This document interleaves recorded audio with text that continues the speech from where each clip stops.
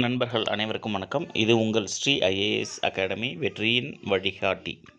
இந்த வீடியோவில் நம்ம என்ன பார்க்க போகிறோம் அப்படின்னு சொல்லி பார்த்திங்கன்னா, 6ஆம் வகுப்பு இயல் 2 அந்த இயல் 2இல் இருக்கக்கூடிய வினாக்கள் மற்றும் அதற்கான விடைகள் என்னென்ன இருக்குது அப்படிங்கிறத பார்க்க போகிறோம்.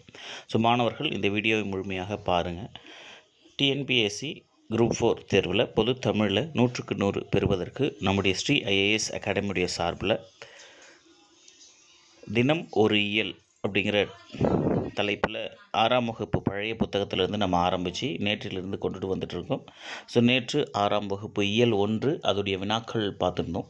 இன்றைக்கி 6ஆம் வகுப்பு இயல் 2. நீங்கள் டெய்லி ஒவ்வொரு இயலாக படிக்கும் பொழுது சிறுதுளி தான் பெருவெள்ளமாக மாறும் என்பதற்கு ஏற்ப நிச்சயமாக ஒவ்வொரு இயலாக நாம் படித்து கொண்டு வரும் பொழுது வருகின்ற ஜனவரி மாதத்திற்குள்ளாக 6ஆம் வகுப்பு முதல் 12ஆம் வகுப்பு வரையிலான பழைய புத்தகத்தையும் ஜனவரி மாதத்திற்கு பிறகு புதிய புத்தகத்தையும் நம்மால் எளிமையாக படிக்க முடியும்.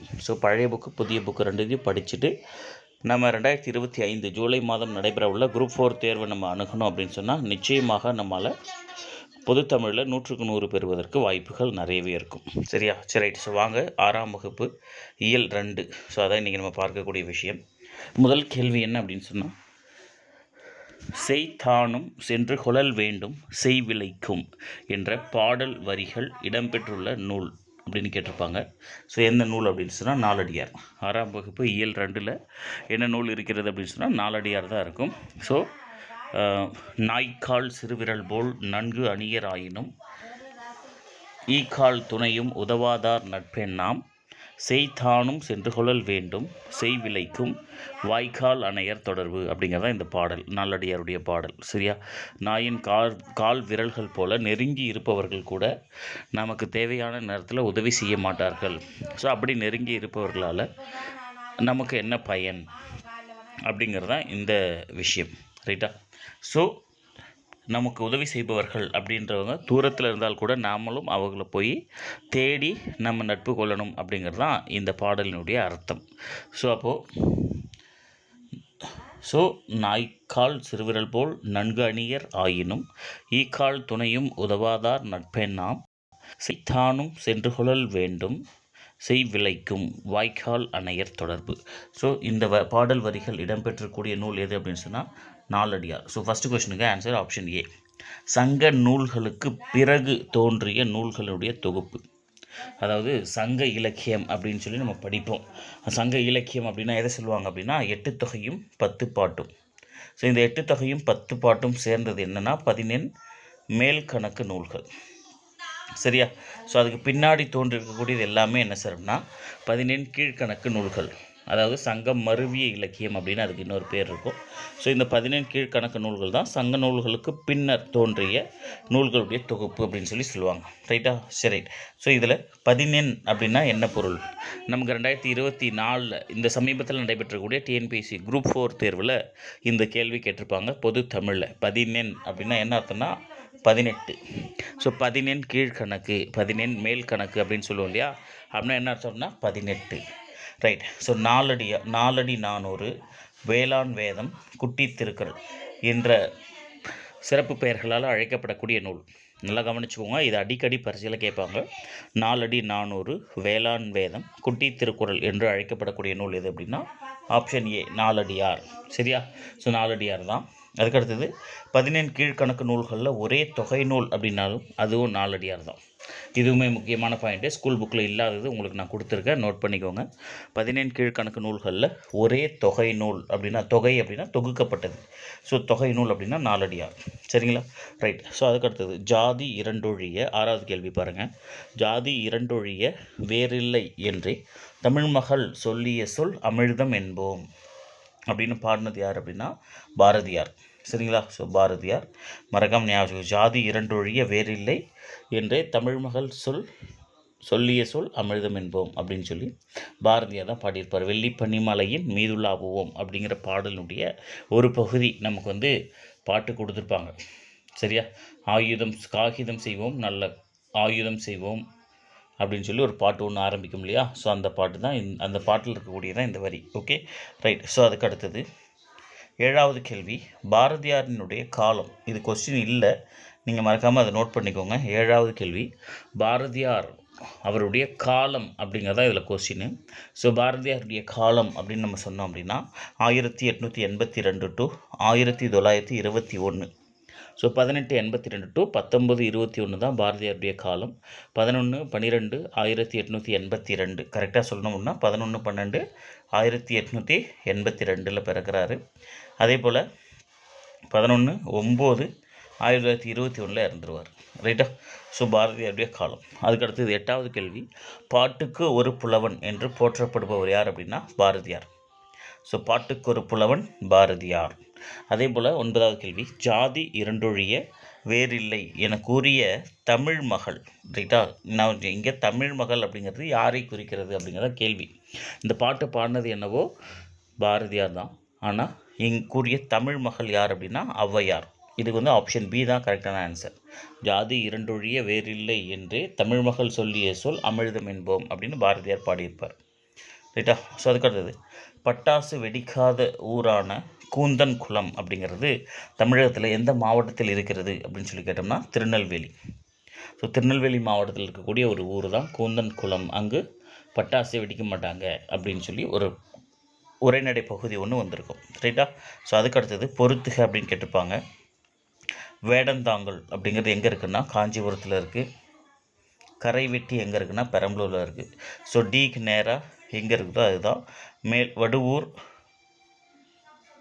மேல் செல்வனூர், ராமநாதபுரம், வடுவூர், தஞ்சாவூர். ஓகேவா? ஸோ 4, 3, 2, 1 ஆப்ஷன் பி தான் இதுக்கு கரெக்டான ஆன்சராக இருக்கும். ஸோ மறக்காமல் ஞாபகம் வச்சுக்கோங்க. பொறுத்துக தமிழகத்தில் இருக்கக்கூடிய பறவைகள் சரணாலயம் எங்கெங்கே இருக்குது, என்ன பேரில், எந்த ஊரில் இருக்குது அப்படிங்கிறத கேட்டிருக்காங்க. ஸோ மறக்காமல் பொறுத்துக அப்படிங்கிறத ஞாபகம் வச்சுக்கோங்க. அதே போல் தான் இதுவும். ஸோ வேட்டங்குடி பறவைகள் சரணாலயம், கூந்தன்குளம் பறவைகள் சரணாலயம், கோடியக்கரை. ஸோ கோடியக்கரை அப்படிங்கிறது நாகப்பட்டினத்தில் இருக்கும். ஸோ சிக்கு நேராக 4 எங்கே இருக்குதுன்னு மேட்ச் கண்டுபிடிச்சிங்கன்னா ஸோ அதுதான் ஆன்சர். மறக்காமல் ஆப்ஷன் சி தான் இங்கே ஆன்சர். ஸோ வேட்டன்குடி சிவகங்கை, கூந்தன்குளம் திருநெல்வேலி, கோடியக்கரை நாகப்பட்டினம், சித்திரங்குடி ராமநாதபுரம். ஓகேவா? ஸோ இதுதான் பொருந்தும். டைரெக்டாக இது பொருந்தும். கூந்தன்குளம் திருநெல்வேலிக்கு பொருந்தும், சித்திரங்குடி ராமநாதபுரத்துக்கு போகும். ஓகேவா? ஸோ பொறுத்துக்க அப்படிங்கிறது இதுதான். அதுக்கடுத்தது பறவைகள் அப்படிங்கிறது எத்தனை வகையாக பிரிக்கலாம் அப்படின்னு சொன்னால் 5 வகையான பிரிக்கலாம் அப்படின்றா நமக்கு உரைநடை பகுதியில் இருக்கக்கூடியது. அதாவது தேனை குடித்து வாழும் பறவைகள், பூச்சிகளை உண்டு வாழும் பறவைகள் அப்படின்னு சொல்லி நம்ம 5 வகைகளாக நம்ம அந்த பறவைகளை பிரிக்கலாம். ஓகேவா? ரைட். ஸோ அதுக்கடுத்தது பழவேற்காடு. பழவேற்காடு அப்படிங்கிற சிற்றூர் எங்கே அமைந்திருக்கிறது அப்படின்னு சொன்னால் திருவள்ளூர் மாவட்டத்தில் அமைந்திருக்கும். ஸோ திருவள்ளூர் மாவட்டத்தில் இருக்கக்கூடிய ஒரு ஊர் தான் பழவேற்காடு. ரைட்டா? ஸோ அந்த பழவேற்காட்டில் தான் புள்ளிக்காட் ஏரி அப்படின்னு சொல்லி பழவேற்காடு ஏரி அப்படிங்கிறது ஒன்று இருக்கும். ஸோ மறக்காமல் ஞாபகம் வச்சுக்கோங்க. அதுக்கடுத்தது சமவெளி மரங்களில் வாழக்கூடிய பறவை. அதாவது சமவெளிகளில் வாழக்கூடிய பறவை. ஸோ அதுதான் இங்கே கேட்டிருப்பாங்க. எது சார் அப்படின்னு சொன்னால் மஞ்சள் சிட்டு. சரியா? ஸோ மஞ்சள் சிட்டு அப்படிங்கிறது தான் சமவெளியில் வாழக்கூடிய பறவை. நீர்நிலைகளில் வாழக்கூடிய பறவை எது அப்படின்னு சொன்னால் நாரை. ஆப்ஷன் ஏ தான் இங்கே கரெக்டான ஆன்சராக இருக்கும். ஓகேவா? ஸோ மறக்காமல் ஞாபகம் வச்சுக்கோங்க. இதில் வந்து அந்த பறவைகள் பலவிதம் அப்படிங்கிற உரைநடை பகுதியில் சமவெளிகளில் வாழக்கூடிய பறவைகள், நீர்நிலைகளில் வாழக்கூடிய பறவைகள், மலைகளில் வாழக்கூடிய பறவைகள்னு 3 வகையாக பிரித்து 3 லிஸ்ட்டு கொடுத்துருப்பாங்க. ஸோ அதை கொஞ்சம் மறக்காமல் படிச்சுக்கோங்க. அதில் கொஸ்டின் ஏரியா தான். சரியா? ரைட். ஸோ 17வது கேள்வி பாருங்கள். திருக்குறளை போன்றே அறத்துப்பால், பொருட்பால், இன்பத்துப்பால் அப்படின்னு சொல்லி 3 பிரிவுகளை இருக்கக்கூடிய நூல் எது அப்படின்னு சொன்னால் நாலடியார். ஓகேவா? திருக்குறளை போலே அறத்துப்பால், பொருட்பால், இன்பத்துப்பால் அப்படின்னு 3 பெரும் பிரிவுகளை உடையது நாலடியார். எந்த பாம்பின் நஞ்சிலிருந்து கோப்ராக்சின் அப்படிங்கிற வலி நீக்கி மருந்து செய்யப்படுகிறது அப்படின்னு சொன்னால் நல்ல பாம்பு. ஓகேவா? நல்ல பாம்பினுடைய நஞ்சில் இருந்து தான் இந்த கோப்ராக்சின் அப்படிங்கிறது செய்யப்படுகிறது. வனவிலங்கு பாதுகாப்பு சட்டம் இயற்றப்பட்ட ஆண்டு 1972. ஸோ இதெல்லாம் டிஎன்பிஎஸ்சியில் ரிப்பீட்டபுளாக நிறைய வாட்டி கேட்கக்கூடிய கொஷின்ஸ். ஸோ வனவிலங்கு பாதுகாப்பு சட்டம் 1972. அதுக்கடுத்தது ஸோ இது வந்து பொருள் தருக அப்படிங்கிற மாதிரியான கொஷின். இந்த வன்மை அப்படிங்கிறதுக்கு கொடுமை அப்படின்னு வரும், தப்பு. இந்த வன்மைக்கு கொடைத்தன்மைன்னு வருது, பட் இது ரெண்டுமே தப்பு தான். ரைட்டா? ஸோ அப்போ வன்மை அப்படிங்கிறத பொறுத்த வரைக்கும் 3 சுழி இன்னும் வந்துச்சுன்னா அதுதான் கொடைத்தன்மையை குறிக்கக்கூடிய சொல். 2 சுழி இன்னும் வந்துச்சு அப்படின்னா அதுதான் கொடுமையை குறிக்கக்கூடியது. வன்கொடுமை அப்படின்னு நம்ம படிக்கிறோம் இல்லையா? ஸோ வன்கொடுமை அப்படின்றத வச்சு நீங்கள் ஈஸியாக கண்டுபிடிச்சிக்கலாம். வன்கொடுமை தடுப்பு சட்டம் அப்படின்னு படிக்கிறோம்ல. ஸோ வன் அப்படின்னா 2 சுழின்னு தான் வரும். ஸோ வன்கொடுமை 2 சுழின்னு வந்தால் கொடுமைன்னு அர்த்தம், 3 சுழின்னு வந்தால் கொடைன்னு அர்த்தம். ஸோ அப்போ இங்கே கொடுக்கப்பட்டிருக்கக்கூடியதில் ஆன்சர் இரண்டுமே தவறு. ஆப்ஷன் பி தான் கரெக்ட், ரைட்டா? அதுக்கடுத்தது தன் எழுத்துடன் மட்டும் சேரக்கூடிய எழுத்துக்கள், அதாவது உடல்நிலை மெய்மயக்கம், வேற்றுநிலை மெய்மயக்கம் அப்படின்னு ஒரு டாபிக் படிக்கிறோம்.